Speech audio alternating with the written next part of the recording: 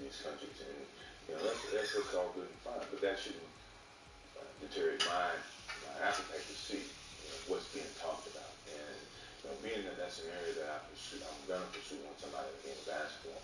I want to know what the conditions are and know the situations that I'm dealing with without not knowing and still pursuing with my career. How critical an evaluation are you going to give? I'm gonna give it very serious. I'm very serious, and not to a point where I'm gonna make political stands. I'm gonna go in and evaluate from my perspective, and I think Phil said enough in terms of he feels that it's an area that we have to improve on. And I think the whole company is going to gear towards that, and I think that some people are going to maintain their eyes and see if the progress is met. I think it will be met, and I'm going over just from my own perspective. Could you ever see yourself severing ties with anyone because the way that they do things is not up to your standards or not the way that you want it to be? Sure. If I feel, I'm a go. If I feel that some things are being taken advantage of, then sure. If I have any opportunities to get out of the deal, get out of the situation, then I will. And I think that hopefully they will understand that. You've surrounded yourself with a very small group of people. Your bodyguards who are more friends than bodyguards, people that you've known for years. How do you make friends and know for sure that no one's trying to get an angle on Michael Jordan or want something from him? Friends are built over time. It's not built over short periods of time. And my friendship has been built over time. Long periods of time where gradually my trust in you has increased. And those 7 guys that are hanging with me have been with me ever since I came in Chicago.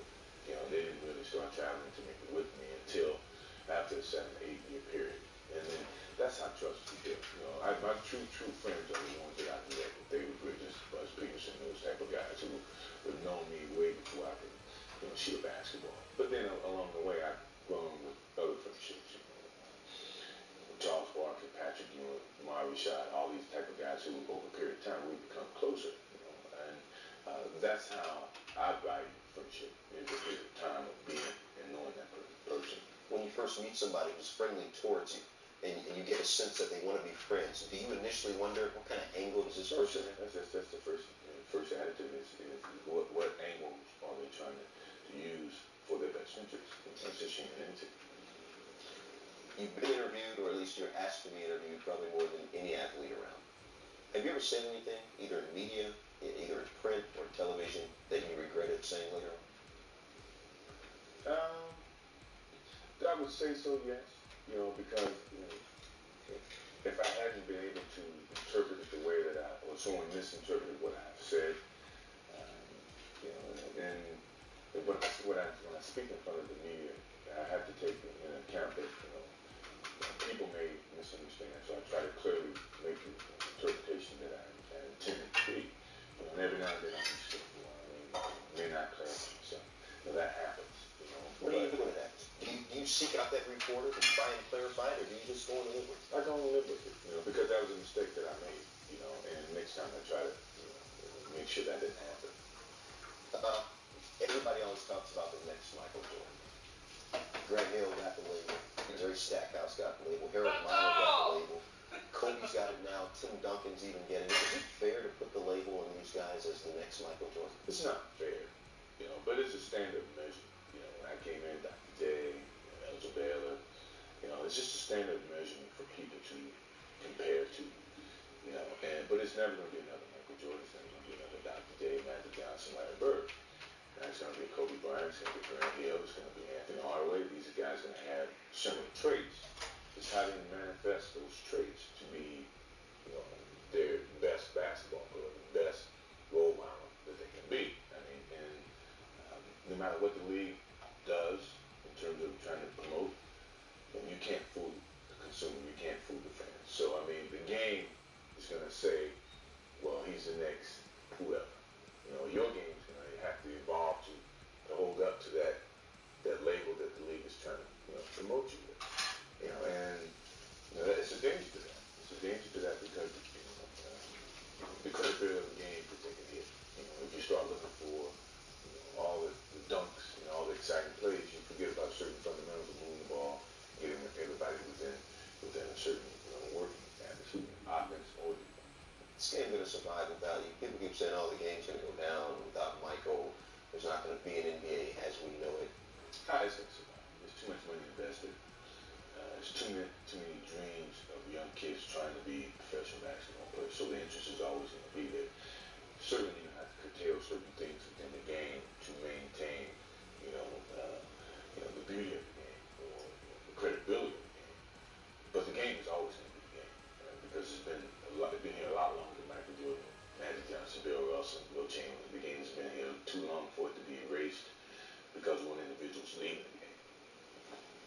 great players, some of the greatest ever, Patrick Ewing, Charles Barkley, Karl Malone, who either will not get a ring or have not gotten a ring because of you. And arguably you can say that Clyde and Olajuwon just got theirs because you weren't there. Do you all ever talk about that, the fact that maybe these guys might have wished they came along 5 years earlier or 5 years later? You know, you can talk about it. I joke around with my friends about it, Charles and Patrick and all these guys. And, you know, but I take great pride in making sure that they don't win. You know, because that means you have a better chance to win. You know, and that's the attitude that I take. You know, I want them to win. I just don't want them to win when I'm still playing. You know, and that's just competitive within me. You know, and I think they would want that challenge. You know, I would think that I like for them to think that, you know, if they win a championship, it doesn't seem quite the same, you know, because they didn't, you know, win it against Michael Jordan. Yeah, it would. I would mean the same thing. If we didn't have an opportunity to beat Magic Johnson in '91, I'm pretty sure I would have had some thoughts about it. I would have gotten over it, but you know, just being able to beat Magic Johnson, who was the king at that time of winning the championship, 5 at the time, gave my championship or gave our championship some credibility. You know, just in eyes. You know, and as time goes along, people don't think about it, but initially that's the first thought. Wayne Gretzky has been called the Babe Ruth of hockey. He used to be called the Babe Ruth of basketball, but now more people are saying that so-and-so is the Michael Jordan of whatever sport that is. How does it feel to be on the same plane, on a huge scope, as Babe Ruth was in baseball? Well, I mean, it's gratifying, without a doubt. I mean, but you're talking about different areas. You're talking about different responsibilities, different challenges. And, you know, at this stage, in this modern day era, it's a privilege, but it's hard to accept because it's a lot of different components when you start comparing eras to eras. You know, when people say you're the greatest basketball player ever played, it's hard for me to accept that because I never faced Will Chamberlain. I never faced Jerry West, Elgin Baylor, or Dr. J when he was really in his prime with the Nets and whatever. So it's hard to accept that. It's great people are going to say it. You can say that, but deep down in your heart, you can't really expect yourself to be the greatest of all eras. You know, and I don't consider myself that. But it's a great compliment to have. You accepted your 5th MVP. You came out the very next game. You went for 40 points. And then afterwards you said, I have to prove to you all that I deserve the vote. What do you still have to prove to anybody, whether it's the media, whether it's the fans? I mean, you've got to understand that you really don't have anything to prove anymore. Yeah, but that doesn't mean, I mean, if I feel that way, then why am I competing? You know, it's always going to be in the back of your head as an appetite to prove something because that responsibility has been given to you as an individual, and you're always going to have to live up to it. Certain responsibility, not everything, you know, but the admiration of people for your sport is enough to say that I have to live up to what their admiration is all about, you know, and it's bad comments out there too from every opposing gym that I go into, but for the most part, when people look at the game and the way I play, they have certain visions about how I should play it. Those are my responsibilities that I have to live up to, and I would always have those feelings as long as I'm playing the game of basketball. That drives me more so than anything. A recent article came out and said that you, to the American economy, you're worth $1 billion, or have been worth $1 billion. Do you fully understand? 10 billion. Oh, okay, my bad. $10 billion is your worth to our society. Do you fully, completely grasp what you mean to this society, not just as far as sports are concerned, but as far as role models, as far as kids of every color, shape, size, thinking that they're you? I'm aware of them, but I can't really grasp it yet, you know, because when I first started this long road of basketball, knowledge and education, I always considered it to be just a game. You know, I never was intrigued by the business. That never drove me into the game. What drove me into the game was the idea to play the game as a livelihood, as a profession, you know, and don't have to work, don't have to do this, blah, blah, blah. I enjoy the game. But once I got into that, you start seeing the business around. It never consumed me. It was a part of it, but it never consumed me. What consumed me was being the best basketball player I could be. And 13 years later, you see all the business that has been generated around the way you play the game. It baffles me. I'm shocked by it because it never drove me. I never consumed myself with it. You know, and somewhere down the road, you know, when my kids have kids, I'm a grandfather, whatever, I'm gonna think back and say, I had their time in the 13 years that I played. But now, it doesn't really affect me as much as it probably would affect him now. You have a lot of good things in life. You got a great wife, great kids, more money than you could ever want. But you can't just decide one day, I'm going to go to the mall and pick this up. I'm going to move in tonight. I'm going to take Juanita and Marcus and Jeffrey and Jasmine. Yeah, but we sneak around, but we go for it. You have to sneak around. Sure. How much do you miss being a regular guy? Well, I mean, when you say you miss something, you have to give up something, and I have enjoyed my career, and now as I get, in the tail end of my career, sure, I want to do other things, with my wife and with my kids, because I want to experience it. I don't know what I've missed, but as I experience it, I will know what I've missed. But I've gained something in not being able to do those things, a certain focus, a certain, dedication to my game. But everything's going to be new to me to experience some of those things. And that's going to be a challenge. That's going to be fun, too, to see my kids smile from me walking into the mall, walking into the amusement park, or my wife in a great mood because we can finish dinner and go catch a movie. Regular. Yeah, regular. I think that's going to be new to me, and that's going to be fun to me, when that time happens. But just to say what I've missed, you have to give up something, and I'm looking forward to that challenge. I'm looking forward to that entertainment of seeing the smiles on my family's face, that we can do some normal things that normal families do. Is that what people don't get? The people who say Michael's not going to have anything, he's going to give up basketball, he's not going to have anything else to go to, he's not going to know what to do. Is that what they don't understand?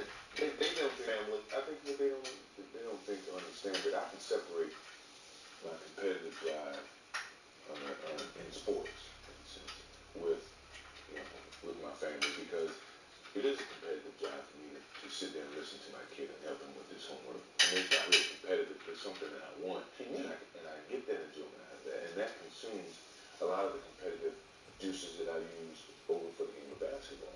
And I welcome that. I can't wait. I've been doing it, but I want to do it more. And that's not an easy transformation for me. And people are going to see that when the time comes. Done, man.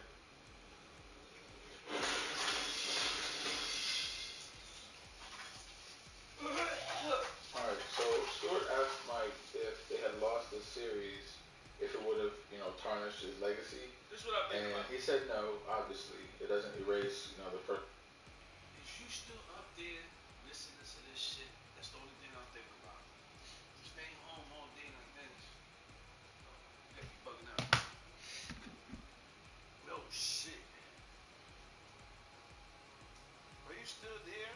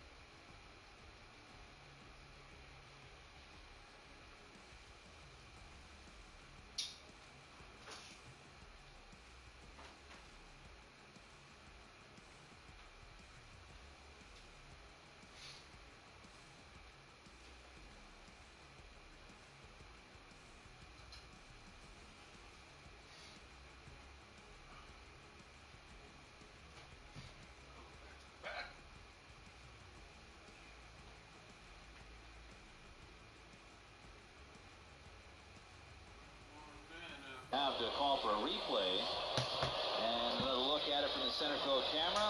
Oh yeah, he certainly looks out at second base. Stock going in feet first. Second base. McNeil put the tag on the leg. Certainly close, but looks like McNeil's glove is on the body before the foot hits the bag.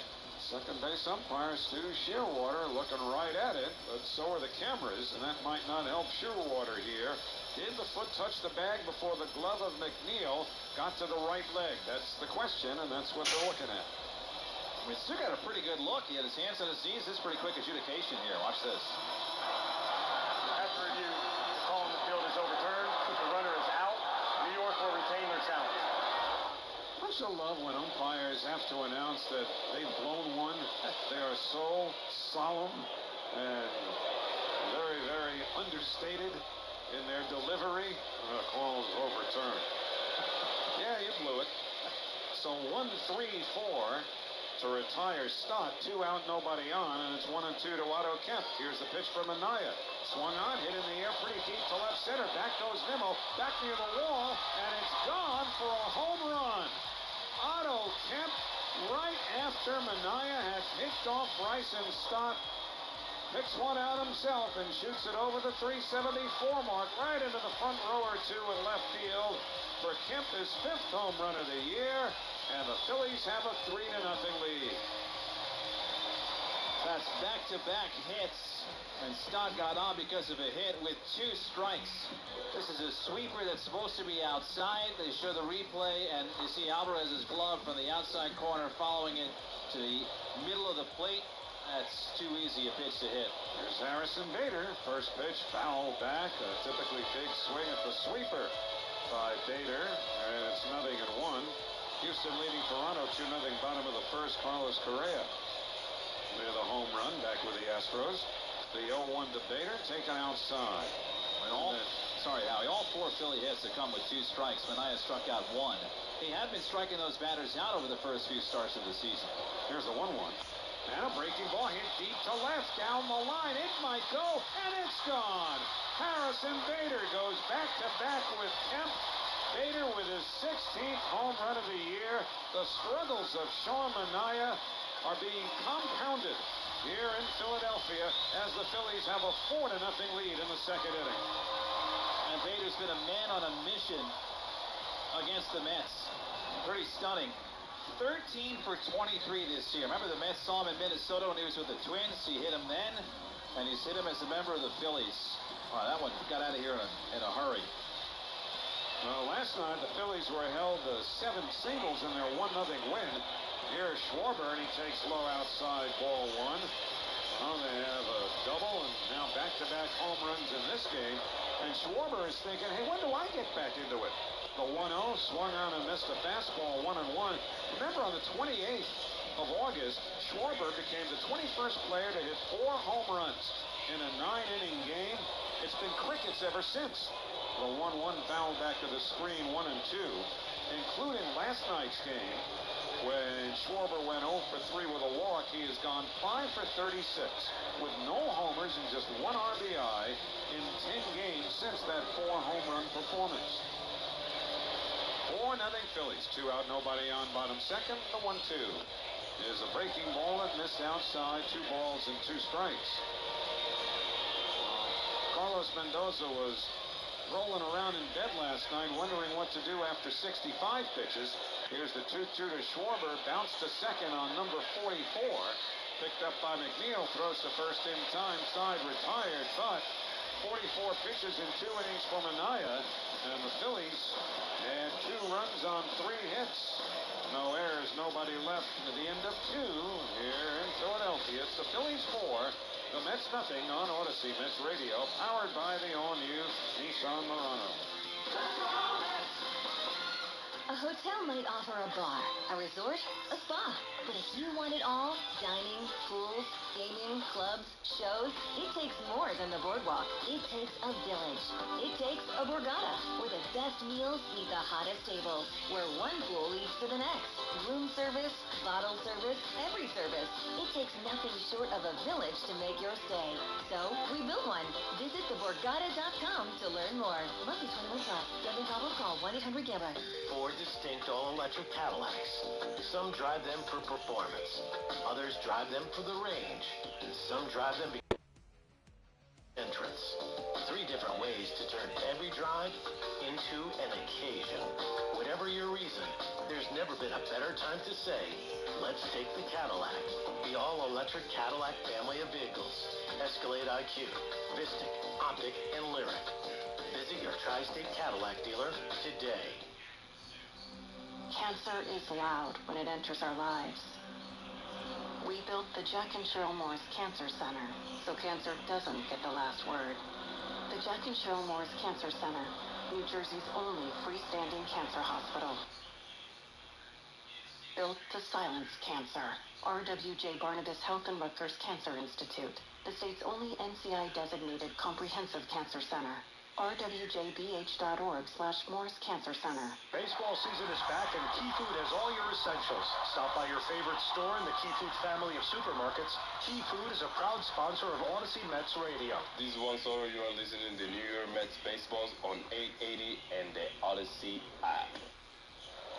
Phillies 4, Mets nothing as we begin the third inning, Keith. And Ranger Suarez's first pitch to Jeff McNeil, left on left. He's in for a strike with a slider. Jose Siri in his return to the lineup. Go Lindor 8-9-1. Next pitch to Jeff. Breaking ball, nabs the inside corner, and it's quickly 0-2. McNeil at 260. Homers and 50 yards. Midfield back around to the right. It's just a walk. 0-2. Check swing, breaking ball down. He did not go on the field to the third base umpire, Will Little. And that's 1 ball and 2 strikes. Now 4-0 hole in the third inning for the Met offense. Suarez into the windup, the 1-2. Foul back. An early hole. There's a lot of game to be played, especially with the offense for the Mets that from the beginning of August has had the best OPS in baseball. But Rashawn Minaya individually, big struggles. That's why losing last night with McLean pitching was tough. 1-2, swing and a miss, ball in the dirt. Real Muto picks it up, throws to first to get the running McNeil in time for the out. So 5th strikeout for Ranger Suarez. 1 out in the third inning. Jose Siri coming up. Now last night Mets lost 1-0. McLean allowed a run over 5 in the third. The bullpen was terrific. Just 1 run in the second inning yesterday that held up the whole game for Philadelphia. And Minaya has put the Mets behind 4-0 in the third inning. First pitch to Jose Siri. Missed outside to the righty, and it's 1 ball and no strikes. Yeah, Jose Siri got hurt out in Sacramento, as Carlos Mendoza kind of said tongue-in-cheek today that, boy, that was last year. 1-0. Missed down low, 2 balls and no strikes. Siri was a trade made in the offseason with Tampa Bay. Mets sent out Eric Orsi, remember him? Orsi pitching with the Rays out of their bullpen. Of course, this season, Siri's under team control for a couple of years. 5-tool player, but hard to get all 5 at the same time with him. The 2-0 lifted foul to the right, and it's 2-1. Amazing Gold Glove caliber defense. Hair on fire speed, and a lot of boom or bust when it comes to the pop. He'll run into 20. But he'll hit a $180 kind of thing. Very streaky. 2-1. Missed up high, and it's 3 balls and a strike. But what Siri provides right now is a little energy. That's just the kind of personality that he is in the dugout. Usually every other team doesn't like him, but you love him when he's on your team kind of guy. Kind of like Jesse Winker. The energy that he could bring when he's in there every single day. 3-1. Check swing. Did he go? He did on a pitch that missed outside, but he went around with a swing, and it's 3-2. On the center fielder in Centers Healthcare, I'd like to remind you that they're not just care, they're care that moves you. CentersHealthcare.com. So Siri fouled the ball off of his shin in April. April 12th was the last game he played, and then just very slow getting back. Here comes the payoff. Breaking ball, fought off foul to the right. There was a time where Siri was going to be out just a couple of weeks, and he had actually resumed baseball activity through mid to late May. Went with the Mets to L.A. and Colorado, was taking some swings on the field before the game, and then relapsed in a sense with his injury. 3-2, fouled into the mitt. Big rip and a fastball, and Siri strikes out. 6 strikeouts for Ranger Suarez. 1 time through the lineup, he's allowed just 1 base runner. That was the walk to Mark Vientos. But so far, he's retired 8 of 9 to start the game. 4-0 Phillies in the third. And here's Francisco Lindor. And now is the perfect time to get a Peerless Boiler. Don't wait. Go to PeerlessBoilers.com for more information and an installer near you. Remember, Peerless Boilers, the world's best built boilers. Lindor flew out to right his first time. Switch hitter batting right. Suarez deals. Now lefty clips the outside corner. Count 0-1. Francisco last night, a late walk, but was 0 for 3 before that walk.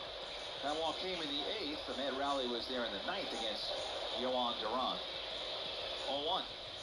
Breaking ball, tapped to the left side. Sosa has it at short, dealt high, swings it low, picked out though by Harper at first in time to get Lindor. And end the inning, a 1-2-3 inning for Ranger Suarez. A shutdown inning for him. Phillies 4, Mets nothing, middle of 3. On Odyssey Mets Radio, powered by the all-new Nissan Murano. Fans, step up to the plate this fall with Primo Brands home water delivery at water.com. Whether you're hosting the big game or keeping the whole house hydrated, water.com brings your favorites. Poland Spring, Pure Life, and even Saratoga straight to your door. No heavy lifting, no last-minute store runs, just the refreshment you need when you need it. Signing up is easy. Pick your water, choose your schedule, and enjoy. Use code BASEBALL for 50% off your first order, plus free delivery. Stay refreshed all season long. Order now at water.com. New Jersey might be small, but there's a lot of wow packed into this little state, so what are you waiting for? Wow your way through NJ. Through Sculpture Gardens, Garden Gardens, and Loop-de-Loops. New Jersey, it's one wow after another after another. Find your wow at visitnj.org. New Jersey, little state, a lot of wow. Like most car buyers, you want to get the most for your money. That's why more Mazda buyers choose Ramsey Mazda. Get impressive offers on a new Mazda CX-30 or a Mazda CX-5 starting at just $28,776. Over 1,000 new Mazda vehicles to choose from. Visit RamseyMazda.com. Get the most for your money at Ramsey Mazda. Choose wisely. Choose Ramsey Mazda. T.G.E for Pets has revolutionized the pet emergency experience. Not only will you see an experienced veterinarian right away, but you will stay with your pet the entire time. Visit veg.com to find the location nearest you. T.G.E for Pets, the official emergency veterinarian group of Mets Radio. 4-0 Philadelphia as we go to the bottom of the fourth inning at bottom of the third inning, at Citizens Bank Park. Harper, Realmuto, Castellanos against Manaea. Sean's first pitch to Bryce Harper misses low and away with ball 1. 2 runs in the first, 2 in the second for the Phillies. Next pitch. Harper, it's a bouncing ball back to the mound, stabbed by Manaea, turns and throws soft to first in time to get Harper. And on 2 pitches, there's 1 out in this third inning. And there's no doubt Manaea just simply needs an easy inning. Has not had one tonight. He has gotten the 2 outs pretty quickly. Both the rallies, if you will, both of the 2-run innings have come with 2 outs. And here's JT Realmuto digging in with the bases clear and 1 away. Realmuto calls for time. Remember, he's the catcher. So he's getting off the field, top of the third, working with Ranger Suarez. Getting the shin guard, the chest protector off, getting ready to hit. Harper makes out on 2 pitches, so JT needs a minute to dig in. Manaea 47 pitches. The lefty's pitch. Hits the outside corner. The count 0-1. It's also a lot on Sean's mind personally right now. His wife, Talat, is, I think, days away from giving birth. Here's the 0-1. Hits the outside corner. It's 0-2. Talking to Sean yesterday, and I said, what's the latest and greatest? He said, well, a couple days around the due date here, so any minute now. 0-2, last shot to the right, stays 0-2. But luckily for him, as he will find out as a first-time dad, it doesn't happen like it happened to Vanessa Williams in Fresh Prince of Bel-Air. Not in 22 minutes with commercials. He's got time to get back up to New York if she goes into labor. 0-2. Just missed inside. Good-looking pitch there on the inner half. Called a ball by Ryan Addington, and it's 1 ball and 2 strikes. Realmuto, then Castellanos. 4-0 Phillies in the third inning. 1-2. Sprayed foul to the right, now to play. Now coming up this weekend, Mets will be back home for the last homestand. It's a long homestand. First up, Texas Rangers, and Saturday, September 13th, the Alumni Classic game. 1-2. Popped up, shallow right. McNeil going out onto the grass, waving his arms. Makes the catch for the second out. The former Met managers and players will face off at the Alumni Classic game. Get your tickets at Mets.com/Alumni Classic. The game against the Rangers is at 4. 4:10 officially. But for the Classic game, the Mets are asking you to be in your seats by 2 p.m. on Saturday. Shea Stadium against Citi Field. First pitch to Castellanos. Lifted down the left field line. Long run over for Nimmo. This is a foul ball down the left field line. Castellanos swinging first pitch. Pulled it down the line. And that wind is blowing that way from right to left. The ball was off. And it looked like slow motion getting out to that left field line with Nimmo racing over. The ball hung up like a punt. And then slowly faded foul. So strike one on Castellanos, who takes the long walk back. But again, it is Shea Stadium against Citi Field.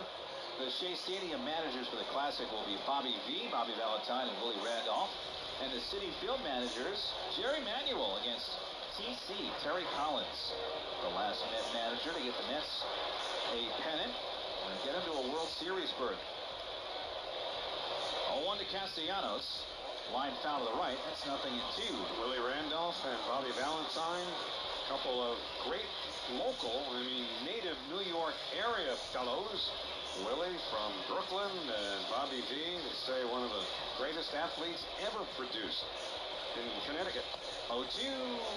Just missed again on that inside corner. Alvarez is holding the glove forever, but not getting the call. It's 1-2. Bobby V is one of his million claim to fame. He invented the rap. The 1-2 is popped out of the right, and not, street corner hip-hop Brooklyn. There were a couple other people that had their hand in that. But the actual tortilla rap, which, that's been his claim. I find that hard to believe, but somebody had to. I'll give him that. The 1-2. Reached forward and lifted to left. Nimmo moving back on it toward the track, has room and makes the catch right in front of the high wall in left. And Manaea finally has a sigh of relief. 1, 2, 3, third. On to the fourth inning at Citizens Bank Park. 4-0 Phillies on Odyssey Mets Radio, powered by the all-new Nissan Murano.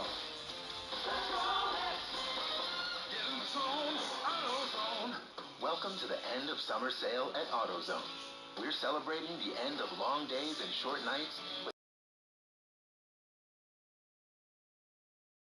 50% on the Armor All Complete Car Wash Kit. Need new brakes? Duralast brake pads are free with the purchase of Duralast rotors. We've also got oil deals and more. We're ending the summer right with the end of summer sale at AutoZone. Restrictions apply. Did you know you can get more with New York Lottery Plus? You pulling my leg? No, seriously. Just enter scratch off and draw game tickets and get more points. Pulling a fast one? No. And you can put your points towards chances to win gift cards, cash prizes, and more. Is this a stunt? No, you even get points for playing new games. You're pulling my chain, aren't you? No. Pulling my finger? What? No, man, put that thing away. Sorry.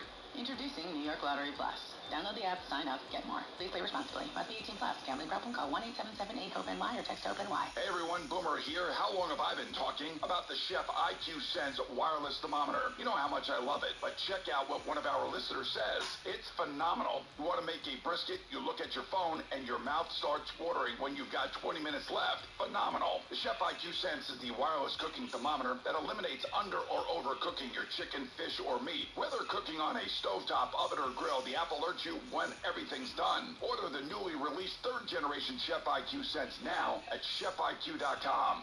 This New York Mets road game is sponsored by the New Jersey Division of Travel and Tourism. Next time you hit the road, plan your vacation at visitnj.org. This is Pete Alonso. You're listening to New York Mets baseball on 880 and the Odyssey app. Juan Soto leads off for the Mets, top of the fourth inning, chasing 4-0 Philadelphia. Ranger Suarez has been terrific. First pitch to Soto. Sears had a strike on the inner half. Count 0-1. The Mets looking for their first hit. They do have a walk, so they have had a base runner. Looking for their first hit of the day and their first run of the series. Here's the 0-1. Swing and a miss. Center breaking ball away, and it's 0-2. And how he told you the head-to-head numbers with Soto and Suarez. Soto struck out in the first inning, so 0 for 13 lifetime against Ranger Suarez. And it's not as if he has 10 walks. He has 1 walk against Suarez, who's one of those lefties that has had his number because Soto seems to have everybody else's number in baseball. Call for time and slowly digs back in, widens out in that 2-strike stance. Suarez into the windup, his pitch. Swing and a miss. 91. blown by Soto. Suarez has now struck out 7. I mentioned Suarez is not a hard thrower. So 91 and Soto was late. That has a lot to do with the other stuff that Suarez throws. The curve comes in at 74. It's nice and slow. He'll throw a change up there too. So 91 comes flying out a lot faster. Pitch to Pete. He takes a strike inside corner. It's 0-1. This is the meat of the order presented by the Chef IQ Sense, a cooking thermometer that pairs with your phone and ensures you never overcook or undercook your chicken, fish, or meat again.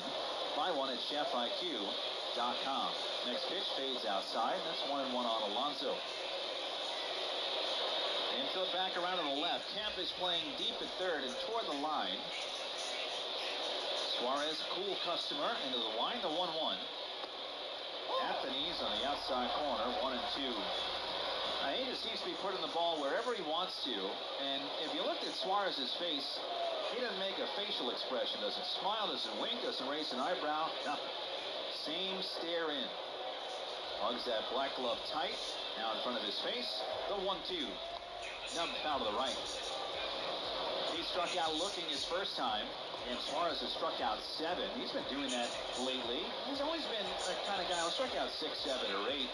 He had an 11 strikeout game against Washington and a 10 strike game against Seattle. That lineup. 1-2 to Pete. Strike 3 called. He claps the inside corner with a sinker. Pete has taken strike 3 twice tonight. 8 strikeouts all told for Suarez. 2 outs in the 4th inning, and Mark Vientos was the only Met to simply get on tonight with a walk. He's coming up again. 4-0 Phillies in his top of the 4th, sponsored by Cars for Kids. 877 Cars for Kids. That's Cars with a K to donate your car today. First pitch, foul off. First up, the big boss. Michael Mickey Nose Mancuso. But hold your horses, because Mickey Nose is currently behind bars on a parole violation. So, who's calling the shots in his absence? Meet Johnny P. Johnny Skyway Palazzo. He's holding down the fort as the acting boss. Now every boss needs a right-hand man. And for Palazzo... And he's had a miss off balance all night. The 0-2. Missed low. 1 ball and 2 strikes. Look at a couple of situations in the Detroit series, or even the Phillies series last homestand.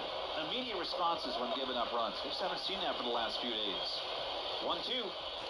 Curved down and it almost hit him, but he tap dances those green cleats out of the way. That's 2 balls and 2 strikes on Vientos, with Brandon Nimmo to follow. Mets have been unbelievable, of course, at home against the Phillies in this season series. 6-0 up at their place. They do have a win here, but they're just 1-3 at Citizens Bank Park this year. 2-2. Grounded foul will roll over to the third base dugout. Vientos battling here with Suarez. That stays 2 balls and 2 strikes. Ranger's been around. Quiet lefty. Never really a guy with all the accolades. Just an all-star once, a couple of years ago. Putting together his best season of the 8th. Former swingman turned starter. Bases cleared, 2 outs, 4-0 Phillies. 2-2. Swing and a miss by Vientos. He strikes out and fires the bat about 20 feet back to the third base dugout. That's been the night for the Mets. Total frustration. Suarez strikes out the side. He has struck out 9. We go to the bottom of the 4th. 4-0 Philly on Odyssey Mets Radio, powered by the all-new Nissan Murano.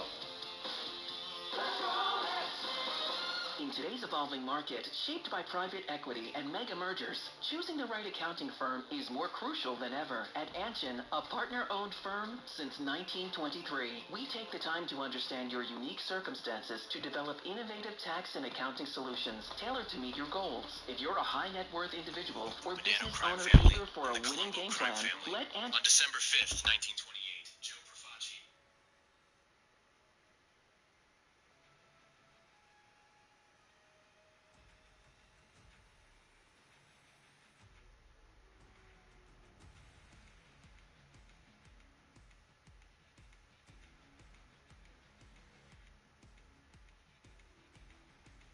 Attended a significant mob meeting in Cleveland, Ohio, where conflicts from assassinations were to be resolved, and a vote on recognizing the Profaci crime family in Brooklyn was on the agenda. despite erroneous information presented during the 1963 McClellan hearings, which suggested the Profaci family was an offshoot of Maranzano's crime family. Profaci's brother-in-law, Joe Magliocco, served as his second-in-command. Profaci's rise to power in Brooklyn, despite his lack of experience in organized crime, remains unclear. Some speculate it was due to his family's status in Sicily or his connections through his olive oil business. By 1930, Profaci controlled various criminal enterprises in Brooklyn, including numbers, prostitution, loan sharking, and narcotics trafficking. During the Castello Marise War, Profaci's stance remains disputed, with some sources claiming neutrality and others aligning him with Castello Marise boss Salvatore Maranzano. In mid-1964, the Mafia Commission summoned Joseph Bonanno and Joseph Magliocco to explain their involvement in a plot against the Commission. Bonanno fled to Montreal, leaving a frail Magliocco to face the consequences alone. Magliocco, overwhelmed and in poor health, confessed. The Commission spared his life, but forced him to retire as the boss of the Profaci family and pay a $50,000 fine. Joseph Colombo, who had turned against Magliocco, was rewarded with control of the Profaci family. Meanwhile, Bonanno falsely declared on his immigration documents that he had no criminal record. He was detained for nearly 90 days at Bordeaux prison before being forced to leave Canada. In October 1964, Bonanno... However, on October 21st, 1964, the day before he was scheduled to testify before a grand jury, he was allegedly kidnapped by Stefano Magadino's men. According to FBI recordings, Bonanno's sudden disappearance surprised other mafia bosses and infuriated his soldiers, who felt abandoned by their leader. During Bonanno's 2-year absence, Gaspar Di Gregorio exploited the family's discontent over Bill Bonanno's leadership to seize control. The Mafia Commission appointed Di Gregorio as the new boss, sparking a conflict known as the Banana War. This led to a split in the family between Bill's supporters and Di Gregorio's followers. In early 1966, Di Gregorio proposed a peace meeting with Bill, who suggested his granduncle's house in Brooklyn. On January 28, 1966, as Bill and his men approached the house, they were ambushed by gunfire, but no one was injured. Bonanno resurfaced on May 17, 1966, at Foley Square. In 1968, Di Gregorio was injured in a machine gun attack and later had a heart attack. The Commission grew frustrated with Di Gregorio's inability to resolve the conflict and replaced him with Paul Siaka. Following another heart attack, Bonanno agreed to retire and move to Arizona, bringing an end to the family feud. As part of the peace deal, Bill also stepped down as consigliere and left New York with his father. In early 1971, Joe Gallo was released from prison, and as a supposed peace offering, Colombo invited him to a meeting with a $1,000 offer. Gallo, however, demanded $100,000 to end the conflict, which Colombo refused. Acting boss Vincenzo Aloi then ordered Gallo's assassination. On March 11, 1971, Colombo was convicted of perjury and sentenced to 2.5 years in prison, although the sentence was delayed pending appeal. On June 28, 1971, Colombo was shot 3 times by Jerome A. Jackson at an Italian Unity Day rally, leaving him paralyzed. Colombo was moved to his estate at Blooming Grove after 2 months in the hospital. Despite his paralysis, there were reports of limited movement and speech recovery in the following years. After the shooting, Joseph Jacobelli served as acting boss for a year before Carmine Persico took over. Although many initially blamed Joe Gallo for the shooting, police concluded that Johnson was acting alone. The following year proved to be a pivotal moment for Gallo and his brothers, as they were summoned to Washington, D.C. to testify before the McClellan Committee of the United States Senate, tasked with investigating organized crime. During their visit, Gallo audaciously flirted with the Secretary of Senate Counsel Robert F. Kennedy, and even made a remark about Kennedy's office carpet being ideal for a dice game. However, when questioned on the stand, the Gallo brothers provided no valuable information to the committee. But it was on February 27, 1961, that the Gallo siblings orchestrated a shocking act of retaliation. They brazenly kidnapped 4 of Profaci's top men, including underboss Joseph Magliocco, Frank Profaci, Joe Profaci's brother, Captain Salvatore Musacchia, and soldier John Simone. Despite Profaci managing to evade capture and finding sanctuary in Florida, the Gallos held the hostages captive while Larry and Albert dispatched their brother Joe to California. In a bid to secure a more favorable financial arrangement, the brothers demanded their demands be met for the hostages' release. Joe, however, harbored a more violent plan, wanting to execute one of the captives and demand a hefty ransom of $100,000 before engaging in negotiations. Larry, overriding his brother's intentions, rejected the notion. Following several weeks of tense negotiation, Profaci and his consigliere, Charles the Sige Lo Cicero, struck a deal with the Gallos, ultimately leading to the peaceful release of the hostages. Regrettably, Profaci had no intention of honoring the fragile peace agreement. On August 20th, 1961, he ordered the brutal murders of Larry Gallo and Joseph Joe Jelly Gioielli, a member of the Gallo crew.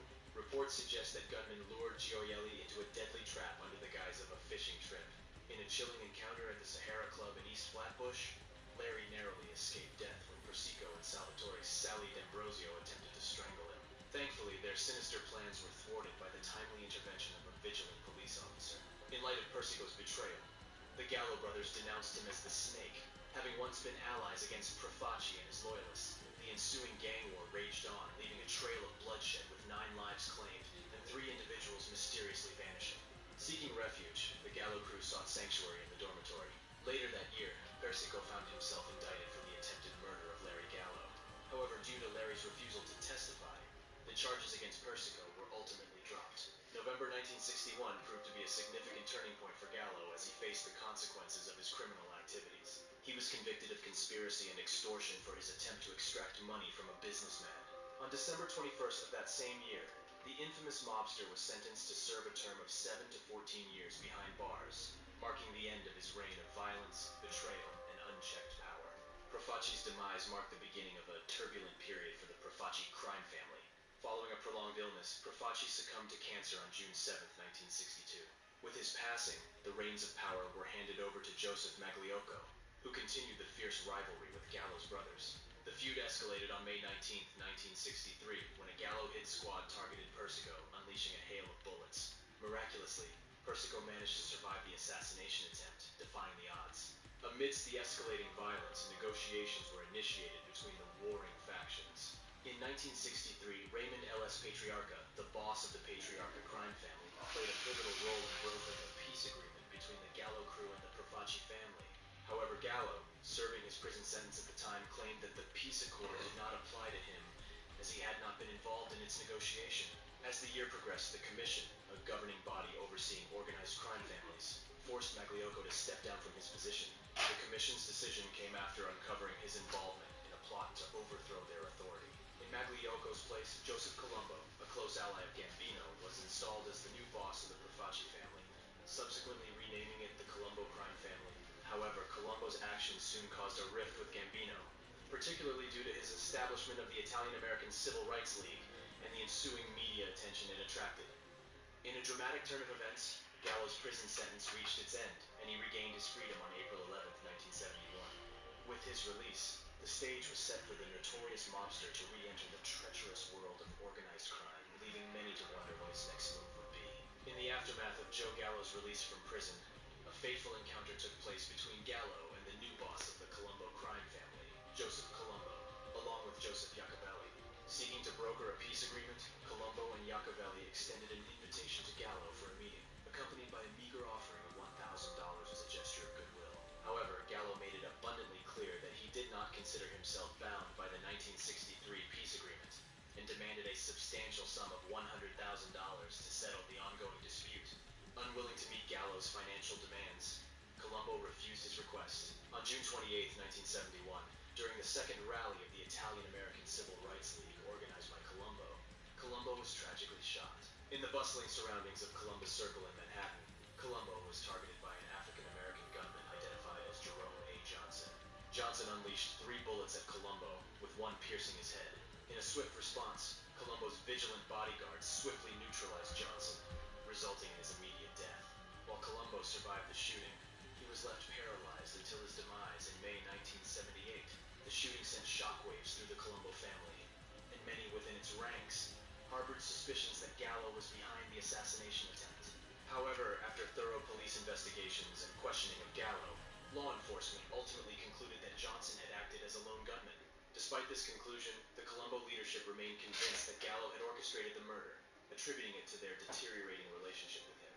The shooting incident further deepened the divisions and tensions within the Colombo crime family, plunging them into a state of internal turmoil and uncertainty. The aftermath of this violent event would continue to reverberate, leaving the criminal underworld anxiously awaiting the next chapter in this gripping saga of betrayal and power struggles. In the aftermath of the Colombo shooting, a meeting of high-ranking members of the Colombo family took place to determine the course of action. Underboss Salvatore, Charlie Lemon's Mineo, was initially approached to assume the role of interim boss. but he declined due to his advanced age and declining health. Instead, Mineo recommended consigliere Joseph Joey Yak Jacobelli to serve as the acting boss, despite the belief within the Colombo family leadership that Joe Gallo orchestrated the attack on Joseph Colombo. Jacobelli chose not to immediately seek revenge against Gallo. The New York Police Department's involvement may have influenced Jacobelli's decision.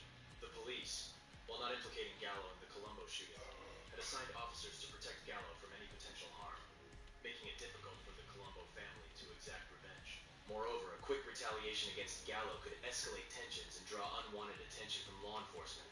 By early 1972, the media attention surrounding the Colombo shooting had subsided, leading to an open contract being placed on Gallo's life. Fearing further reprisal attempts from the Gallo crew, Jacobelli chose to flee New York. With Jacobelli on the run and Mineo unwilling to assume the top position, Carmine Persico, a powerful captain and leader of a significant faction within the family, saw an opportunity to solidify his control. However, Persico himself was already serving a prison sentence on federal hijacking charges, complicating his ascent to the boss position. As a result, Vincenzo Aloi, another capo and son of respected former captain Sebastiano Booster Aloi, took over as the acting boss. Aloi's time in this role, however, was short-lived, as he was convicted of perjury on June 26, 1973, for lying to a grand jury. In the early hours of April 7, 1972, the occasion of Joe Gallo's 43rd birthday took a tragic turn at Umberto's clan house in the heart of Manhattan's Little Italy. Accompanied by his sister Carmela, wife Sina, her daughter Lisa, and his trusted bodyguard Pete the Greek Diapolis, and Diapolis' girlfriend Gallo arrived at the restaurant to celebrate with his family. Earlier that evening, the group had enjoyed an outing at the Copacabana, attending a performance by comedian Don Rickles and singer Peter Lemongello. Rickles and Lemongello, who had been invited to join the birthday celebration at Umberto's, found a way to excuse themselves from the engagement, perhaps unknowingly saving their own lives. Little did Gallo know that among the patrons at the bar that evening was Joseph Luparelli, an associate of the Colombo crime family. As soon as Luparelli spotted Joe, he allegedly made a swift exit from Umberto's and made his way to a nearby Colombo hangout. It was there that Luparelli claimed to have contacted Joseph Jacobelli, another member of the Colombo family. According to Luparelli's account, he recruited Philip Gambino, an associate of the Colombo family, as well as Carmine's Sonny Pinto T.B.E, a soldier in the Genovese crime family, and two other individuals reputedly affiliated with the Patriarca family, to carry out the assassination of Joe Gallo. Their belief stemmed from the notion that the Colombo family had put a contract on Joe Gallo's life. The events unfolded rapidly at Umberto's. Luparelli stated that he remained in the car while the other four men, armed with 32 and 38 caliber revolvers, entered the restaurant through the back door. In the midst of enjoying their seafood courses, the four gunmen entered the dining room and opened fire. Joe, swearing and attempting to draw his own handgun, became the primary target of the barrage of bullets. 20 shots rang out, hitting Joe multiple times in the back, elbow, and buttock. Displaying remarkable resilience, Joe overturned a butcher block dining table in an effort to shield himself and then staggered toward the front door. Witnesses recalled Joe's brave attempt to draw the gunfire away from his family. During the onslaught, Diapolis was also shot once in the hip. Severely wounded, Gallo managed to stumble into the street before collapsing. He was quickly transported by police to Beekman Downtown Hospital, but his injuries proved fatal, and he was pronounced dead at approximately 5:30 a.m. Luparelli's version of events gained considerable attention in the media, but it was met with skepticism by the police. NYPD homicide detective Joe Coffey, who inherited the murder case, maintained that based on eyewitness accounts and crime scene reconstruction, the prevailing belief among law enforcement was that a single individual had carried out the shooting. Coffey further asserted that the police intentionally circulated a false narrative of three shooters to confuse potential witnesses or informants, deeming anyone who reported multiple gunmen as unreliable. Author Charles Brandt highlights the lack of corroborating evidence for Luparelli's confession and notes that it did not lead to any arrests. Brandt speculates that Luparelli's statement may have been a deliberate disinformation tactic ordered by higher-ranking members of the Colombo family to diffuse tensions following the Gallo shooting. Notably, Umberto's was under the ownership of individuals associated with the Genovese crime family, suggesting a potential blessing from the Genovese family for the killing. However, Luparelli's account, portraying the shooting as a spontaneous and unplanned act, without the approval of high-ranking mafiosi, served to alleviate pressure between the feuding Colombo and Genovese families. Following the tumultuous events involving Joseph Colombo and Joe Gallo, the Colombo crime family experienced a period of relative calm and stability, albeit with a decline in power. After Colombo's death, leadership of the family fell to Thomas Di Bella, a seasoned figure skilled at evading law enforcement since his bootlegging conviction in 1932. However, DeBella struggled to prevent the encroachment of the rival Gambino family on Colombo's criminal operations, leading to a weakening of the family's influence. DeBella's health began to deteriorate, forcing him into retirement in 1977, and shortly thereafter, Joseph Colombo passed away in 1978. This created a power vacuum within the Colombo family, leaving the question of succession unresolved. Throughout the 1970s, Carmine Persico had emerged as a prominent figure within the family, and was widely viewed as the natural choice for the role of boss. Let's take a look into banana mobster Lefty Ruggiero. His origins trace back to the gritty streets of Hell's Kitchen, Manhattan, where he entered the world on April 19, 1926. Growing up in the vibrant Knickerbocker Village private housing development, nestled in the heart of Little Italy, he was raised by his hard-working parents. His father, Fiore Ruggiero, spent his days as a truck driver, while his mother, Frances, dutifully embraced her role as a housewife. Ruggiero shared his childhood with two younger siblings, Dominic and Angelina, fostering a tight-knit family bond. From a young age, Ruggiero gravitated towards the allure of the Bonanno family organization. Eager to prove himself, he embarked on his journey as a street soldier under the wing of Captain Michael Sabella.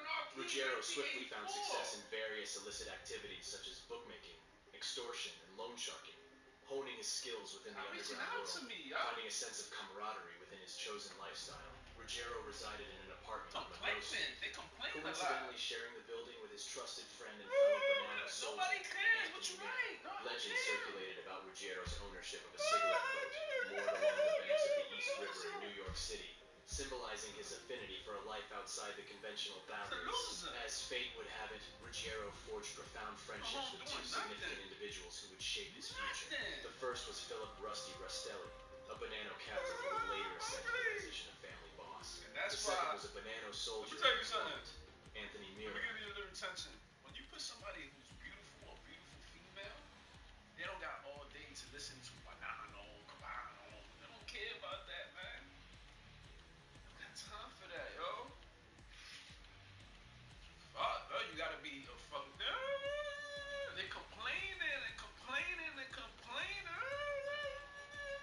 Bro, get off the thing, bro. With whom Ruggiero shared countless exploits and secrets. Venturing beyond the confines of organized crime, Ruggiero seized an opportunity to become a part owner of a fishery within the bustling Fulton Fish Market. This vested interest granted him an intriguing advantage. He secured a no-show job, raking in a substantial $5,000 per month without lifting a finger. Subsequently tasked with cleaning up the aftermath and Well, I was listening to it, man. They bothering. You know what I'm saying? I'm listening to my shit.